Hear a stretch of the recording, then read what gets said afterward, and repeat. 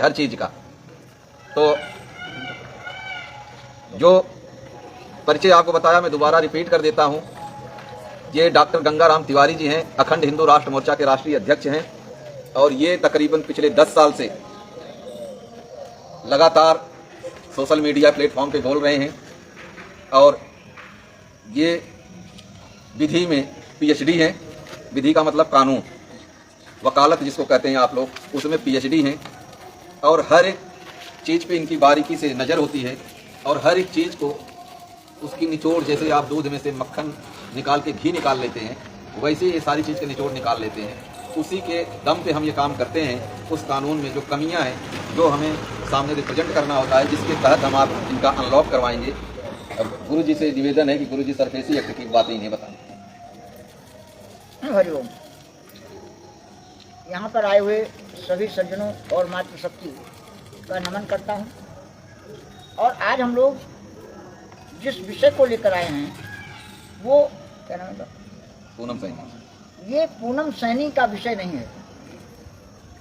अगर ये मानकर चलिए कि हम केवल पूनम सैनी के लिए आए हैं तो इसका मूल कारण पूनम सैनी शिकार हैं, उद्देश्य नहीं है। उद्देश्य क्या है?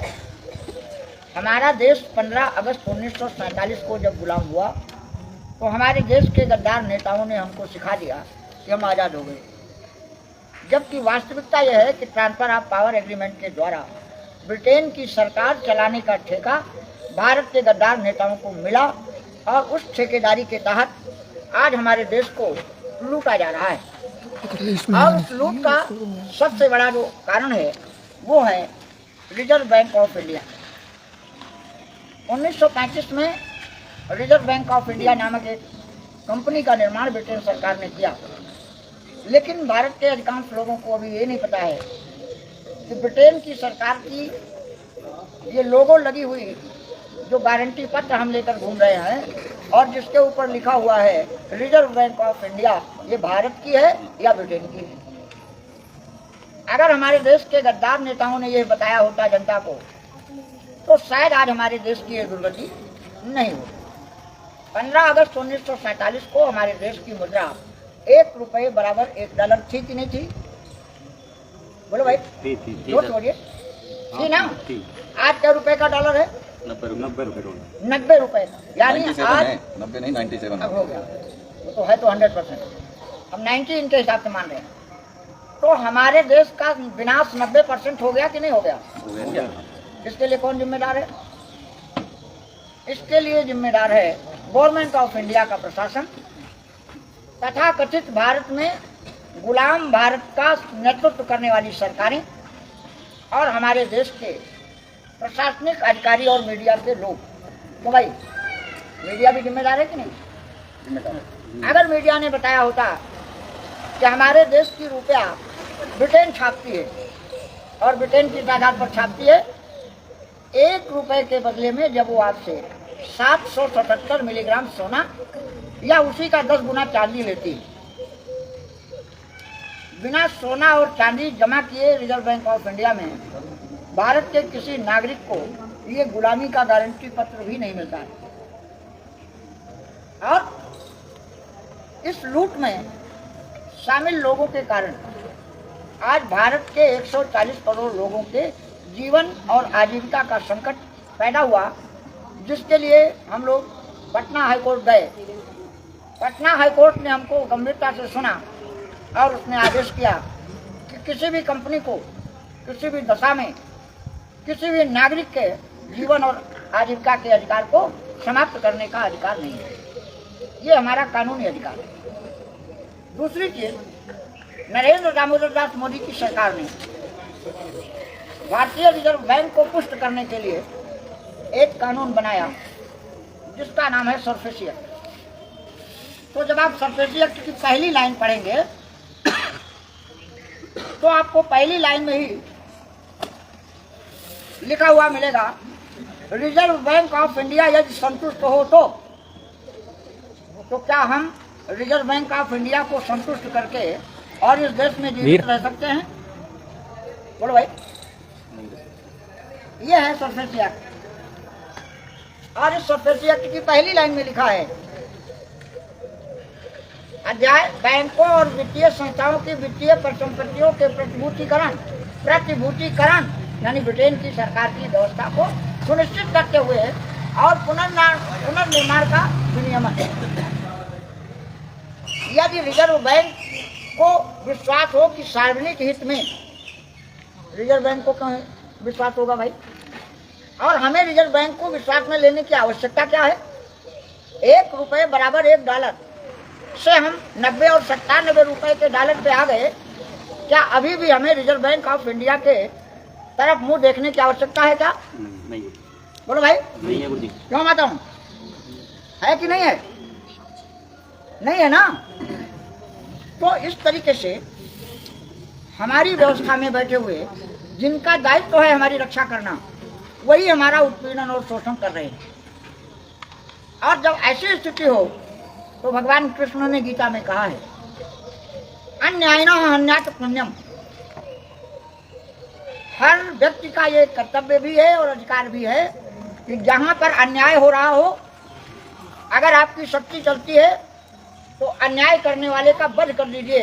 ये मेरे नहीं, भगवान कृष्ण के शब्द हैं।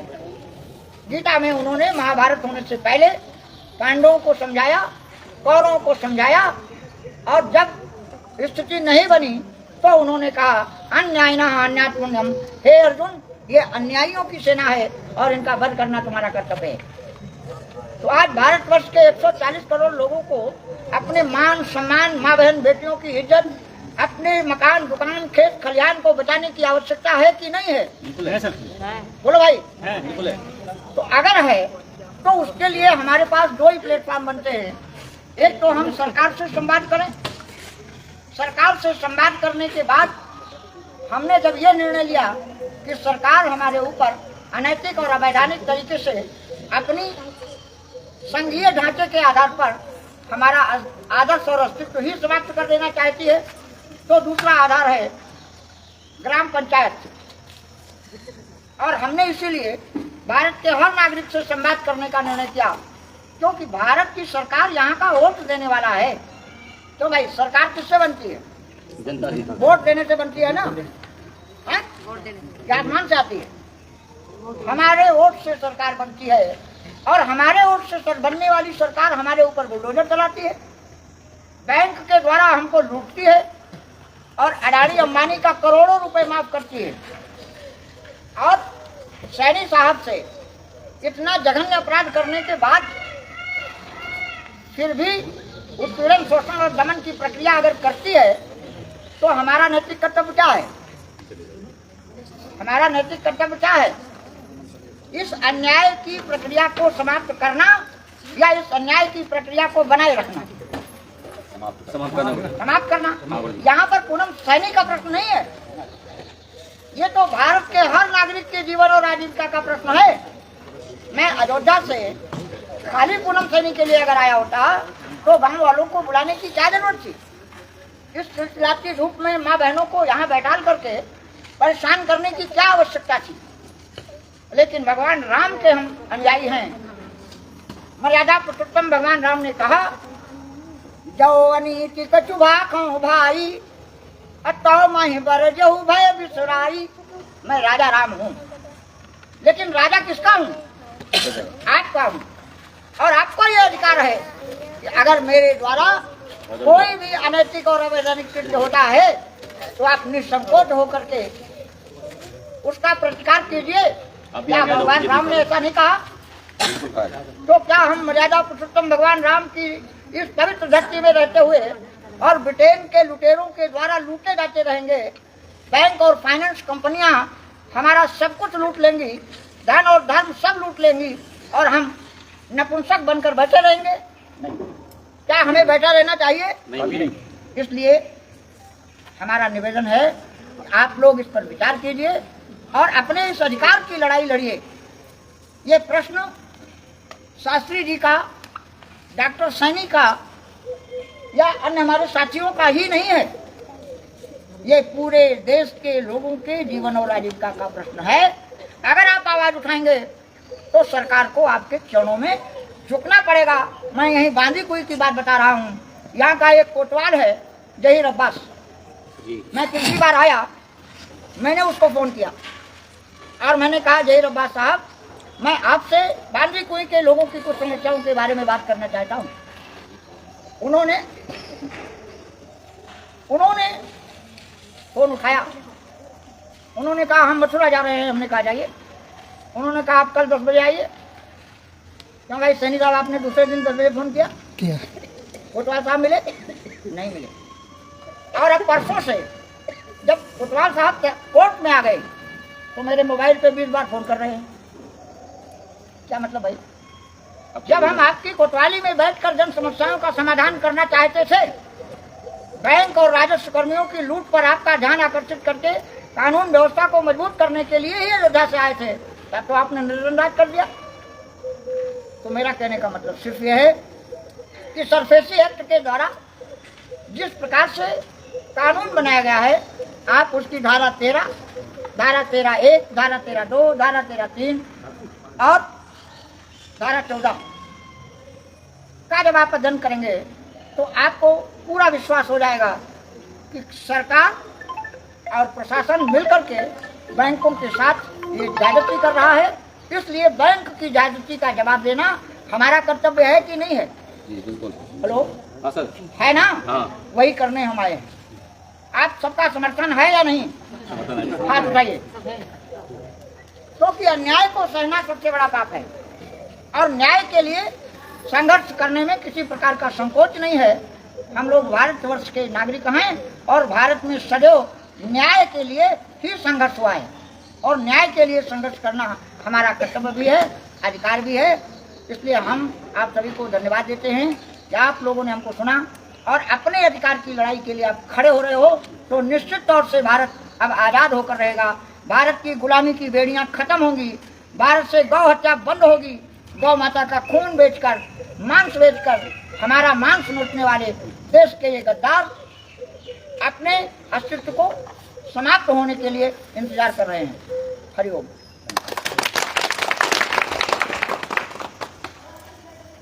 अभी आप लोगों ने सारी चीज़ें सुन लिया, समझ लिया। 2 मिनट और आपका लूँगा क्योंकि कुछ भाई ने सवाल किए थे और मैं समझता हूँ कि यही बता दें। उसके बाद आपको ये पंचायत का जो फरमान है, जो फैसला है पंचायत का, पढ़ के भी आपको सुनाएंगे। अभी जैसे वो भाई तो यहाँ नहीं दिख रहे हैं शायद, अभी उन्होंने कुछ पैसे के विषय में बोला, तो आपको बताएं कि हमारे आपके जिसके भी जेब में जो पैसे हैं वह असल में प्रत्याभूत है। सरकार के द्वारा बनाया गया एक ऐसा एग्रीमेंट मान लिया या षड्यंत्र कहें, तो आपको ये समझना है कि पैसे जो हम यूज कर रहे हैं, इस्तेमाल कर रहे हैं, क्योंकि पैसा जो है किसी भी देश की, अगर हम कोई देश में जाएंगे तो वहाँ की मुद्रा जो होती है वह मूल होती है। हर देश के अर्थ जो है मूल होता है और हमारे मूल के साथ किस तरीके से खिलवाड़ हुआ है ये भी आप समझिए कि हमारा देश सोने और चांदियों से चलता था। अब आपको हम दिखा रहे हैं यहाँ पे, ये भारत सरकार का 1 रुपये, लेकिन ये 1 रुपये जो है ना, ये आपको 100% भारत सरकार का नहीं है। इसको आप भारत सरकार का बोल सकते हैं लेकिन 100% नहीं है, क्योंकि इसमें गवर्नमेंट ऑफ इंडिया भी लिखा है। यानी गवर्नमेंट ऑफ इंडिया और भारत सरकार के ये दोनों की मिली हुई है। शेयर चाहे जो हो, इस पर हम नहीं बात कर रहे हैं, ये सिर्फ बता रहे हैं कि ये दोनों का मिला हुआ। दूसरा एक ये है, देखिए ये 2 रुपये का नोट, ये पूर्ण रूपेण ब्रिटेन का जो RBI है, रिजर्व बैंक ऑफ इंडिया, ये एक गारंटी पत्र है जिसे हम आप रुपया मान के चल रहे हैं। असल में ये रुपया नहीं है, यह एक वचन पत्र है जो सेंट्रलाइज किया जाता है हमें आपको, वो ये चीज़ है सिर्फ भ्रमित करने के लिए। तीसरा आपको दिखाता हूँ, ये 5 रुपये, ये असली रुपया ये है, और एक 5 रुपये ये है, ये ब्रिटेन का है। लेकिन सबसे बड़ी जो हम लोग भूल करते हैं, हम इसको असली मान लिए और इसको इग्नोर कर दिए, यानी पुराना मान के छोड़े, जबकि असली ये है और ये गारंटी पत्र है। असली है लेकिन गारंटी पत्र है। अब आपको बताएं कि असल में इनमें डिफरेंस क्या है। इस पे आप देखेंगे, यानी 2 रुपये से ऊपर का कोई भी नोट लेंगे तो उस पर ये लिखा मिलेगा, मैं धारक को इतना रुपये अदा करने का वचन देता हूँ। जैसे इस पे लिखा है, मैं धारक को 5 रुपये अदा करने का वचन देता हूँ। रुपये नहीं है, यानी वचन दे रहा है, आपको एक विश्वास दिला रहा है। और इसको अगर आप पढ़ेंगे तो इस पे लिखा है, I promise to the bearer on demand the sum of ₹5 at any office of issue, यानी मांग किए जाने पर मैं आपको 5 रुपये अदा करूँ। ये असली। अब आपको बताते हैं कि असली जो हमारा धन है वो भी आप देखिए। ये हमारे देश की असली मुद्रा है, इसे रुपया कहते हैं। आप लोगों में बहुत सारे लोगों ने ये देखा होगा, ये है रुपया, जो चांदी का सिक्का होता था पहले हमारे घरों में, इसको तौल के लोग देते थे, किलो मन में होता था। ये वो चांदी का सिक्का है जो रुपया है, जिस रुपये का जिक्र किया जाता है, ये वो रुपया है। और इस रुपये की आज अगर मार्केट वैल्यू समझे हम तो लगभग 1180 रुपये का, लगभग 1180 रुपये। और इसके बराबर एक और था मुद्रा चलता था, वो ये सोने का सिक्का था, इसको मोहर कहते हैं। आप लोगों में बहुत से लोग देखे भी होंगे, और अगर आप नहीं देखे हैं तो देख लीजिए। ये है 24 कैरेट गोल्ड का, इसका वजन है 12.5 ग्राम, 11.664 मिलीग्राम। यानी अगर हम इसको 15 रुपये, ऐसे वाला 15 रुपये देते हैं तो मुझे ये मिलता है। और इस 15 रुपये के बराबर ये है, यानी आज आपके पैसे का कितना लूट हो गया। और हमने कहीं और से नहीं, हमने भी वहीं से मंगाया। तो ये आपको समझना है, ये जो करेंसी के साथ खेल हो रहा है, ये हमारी आपकी जड़ को खोखला कर रहा है। अब मैं शास्त्री जी से कहूँगा पंचायत का फैसला पढ़ के सुना दें।